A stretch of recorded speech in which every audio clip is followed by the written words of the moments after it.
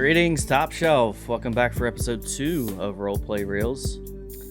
If you feel the city is such a time suck on your real life, and all you do is think about your characters in real life, well, here's someone you can partially blame for that, as he's one of the founders. He also has two characters that are both long-term staples in the city, Jesse Jaxson and Sergeant Sonny McNutty. Let's welcome Sparky to the podcast. Hello. So to get started, why don't you tell us a little bit about yourself? Whatever you want to share.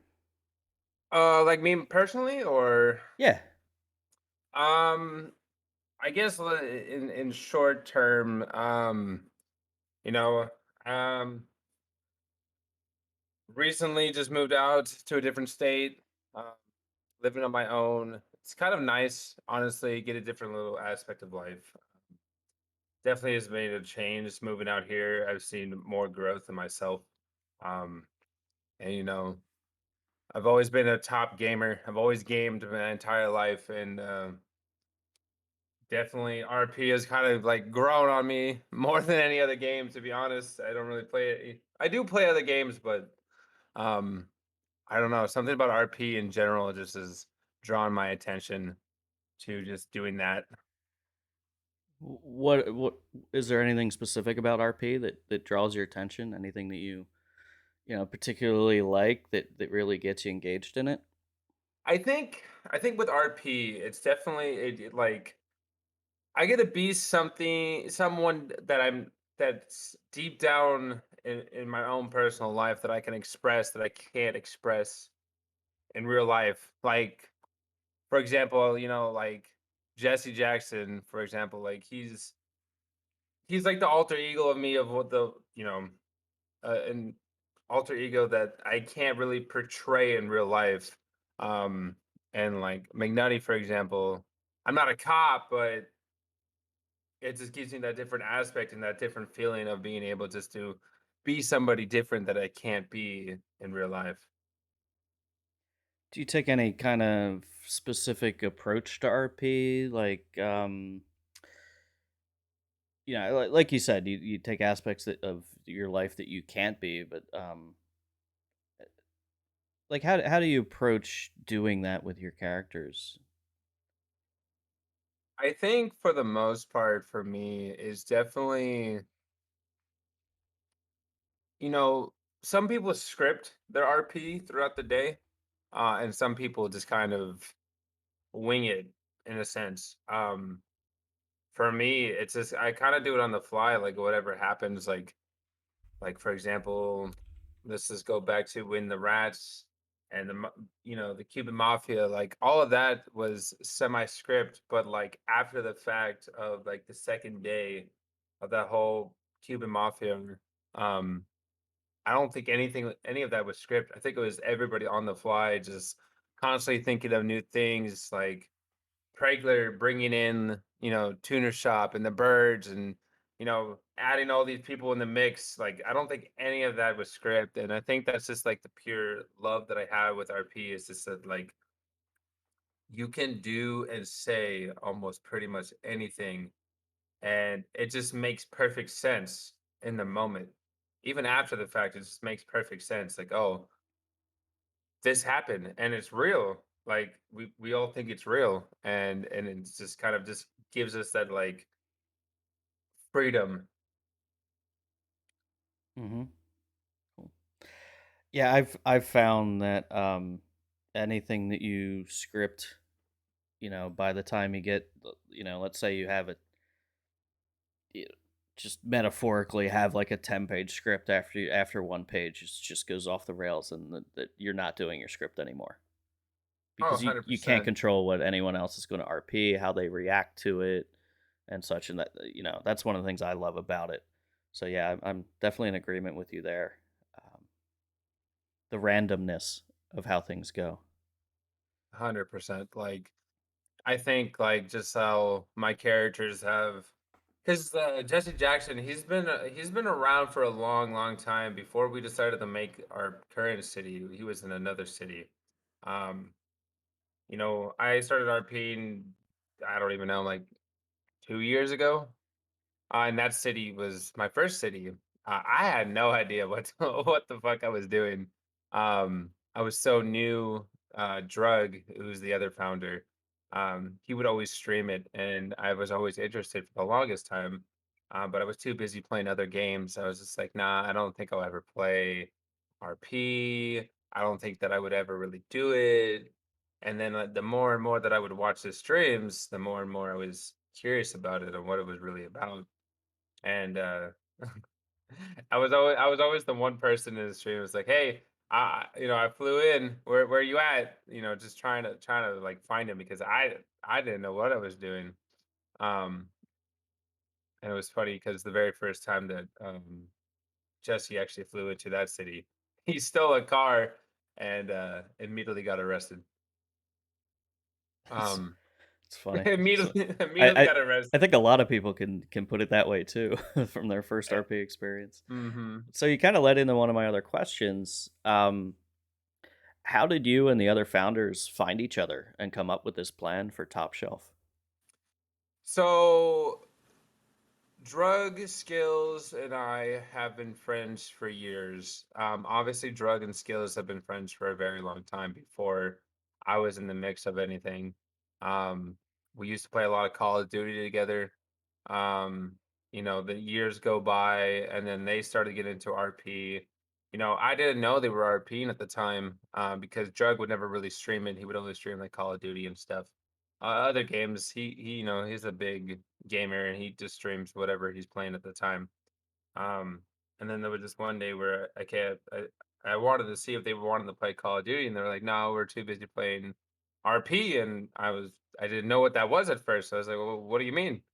And I looked at his stream and started watching his stream, and then after that city got shut down, um, I believe Drug was streaming one day, and it was myself, Skills, and Drug all in his. Well, obviously Drug because he's streaming, but Skills and I was in his chat, and we started talking about how we missed RP. We couldn't really find a good city to settle down in after that city got shut down, and then I believe it was me. It was either me or Skills, and I threw it into his chat, and we're like, "What if we made our own city?" As a joke. It was all a joke.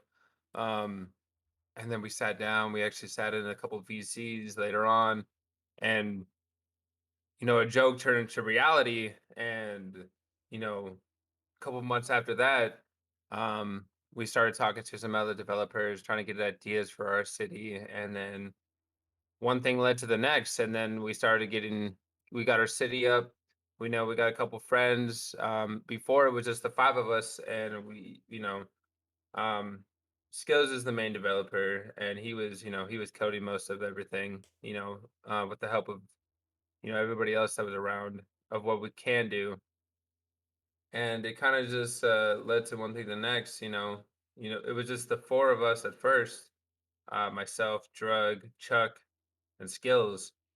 When you're creating a city, you can't really test out bugs. You can't figure out what's broken unless you have more people.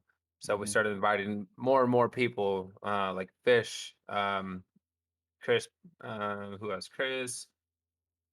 There's a couple other people. Oh, John, Goob, James. We started inviting more and more, and they kept finding more and more bugs. And then we finally released it to beta. And once we released the beta, that's when, Fish was inviting some of his friends. And then, those friends invited their friends. And then one thing led to the next. 9 months later, we have a city that's got unique things. It's got different things you don't really see in other cities. Absolutely. Um, so your characters um, have some secrets. How do you go about keeping those secrets going for so long, especially with things like streaming and people recording and such? So, like if there's like something we found type of thing, like let's say like for house robberies, for example, like you talk about things like that. I mean, you can definitely talk about things like that, but I'm more going for from an RP perspective. I know out of character that you have secrets with some of your characters that nobody really knows. How and in in a on a server that encourages, thankfully encourages things like streaming and making videos and making montages and TikToks and stuff. Keeping certain aspects of your RP secret seems difficult. Is there anything that you specifically do to help that along, or is it just pure luck? Ooh, so I think for me, you know, like for Jay, for example, when the city first started, I never really came up with a nickname for Jesse. And the more and more I started doing more illegal things, um, I needed to change my identity. I can't just go off of Jesse. There's a few people in the city that actually knows my full name. Obviously, Twitter, for example, but um, a lot of the new people refer me as Jay. They don't know me as Jesse. Hmm. Um, and I think that just helps you out. People can have like a different persona within their character, and it kind of just helps with the aspect of who you are. Even when you're streaming, like people see your stream and people are watching you doing those things live, and even though they're seeing it happen right there and then, it's just the way that you can, let's just say you were to steal something from a cop, right? And the cop's Hmm. unconscious or whatever, and you're streaming it. Obviously, the cop's not going to know because the cop's unconscious. And then you could take their stuff, and then you can, you have all this cool things. You're like, well, where'd you get that? But like, you just come up with something with the fly, like, mm, the cop was an uwu and was eating some food, and I happened to stumble upon his car and it was unlocked. Or like, oh, where'd you get the katana? Like, oh, I got it from this one guy down the street. And it's kind of gives you a secretive, even though that, like, even if you're streaming it, the audience knows exactly how you got it. But in an RP scenario, you can easily just adjust and lie in a sense Hmm. without actually telling the truth, because because they're gonna think that it's the truth, even though in reality, if it's something secretive, you're going to lie about it. Is there anyone specifically that you've learned a lot from that helped you hone in on your RP and how you RP? I think just over the years of RPing and figuring out, watching different streamers, watching different, being around with RP for a while, you kind of just learn to adapt to the changes in a sense. I watch a lot of No Pixel and I get a lot of ideas with No Pixel. But before I even knew No Pixel was a thing, you know, RPing with a bunch of different people, like our last city, like there was so many people. You interacted with so many different people. There was a new person every day. And being part of the mafia in our old city, not the mafia. I think we were the cartel. I believe we were the cartel. Skills is gonna smack me for this, but we were part of some gang, and so like being a part of a gang, it kind of gives you a different aspect. You gotta really hone in on who you are, what you're doing, and what you're about. Um, because if you don't, you could slip up with the wrong people, and it just can turn things sideways so fast. Do you have any, specifically on Top Shelf? Do you have any favorite story arcs, whether it was your own or someone else's? I think recently for McNutty, I took the longest break from PD. I needed a break mentally. It was also when I was going through some hardships at home. Um, and I couldn't really hone down on all of my characters. I really just had to pick one. I did have to just stick with the crim life for a little bit until I was able to, go out on my own and do my own thing. Um, I think recently, definitely McNutty has. coming back from his LOA has really changed his aspect on a lot of things. He's more of a hard ass now, in a sense of funny but serious at the same time. He's definitely, he's lost an eye. Everybody thinks it's fake. I'm going off of it that, I that he did lose his eye. Um, and ever since then he's just been more of a hard ass. Recently, he took out Mason to the ocean kind of. You know where that lighthouse is on the side past the Los Santos freeway? Yeah. Yeah, so I took him out there. We had a little conversation because it was after the Pride event that we had, and he opened up to McNutty, and he told him, I was the one that killed you. I was the one who made you lose your eye, and all of the things. And you know, there's gonna be a video that's posted about it, but McNutty McNutty kind of has been secretly been going on a rogue path. Um, he shot out Mason's eye for revenge. Um, he has this plan to one day find Charlie and take him out because Charlie has stabbed McNutty, and he wants to repair the favor to Charlie. And I think just recently he's on this rogue path secretly. He's been confronted by a couple people about Mason and his eye because Mason has told a couple people, and and those people have talked to McNutty asking, why did you shoot his eye? um what are you thinking, you're a cop? And you just have to like really think on the fly on those questions, because you can't just sit there and like, it's not like a text message, so what happened, like you're talking to that person right there. Like, I don't know what you're talking about. I'm a cop. The only time I ever really need to have the sense of shooting somebody if they're shooting back at me.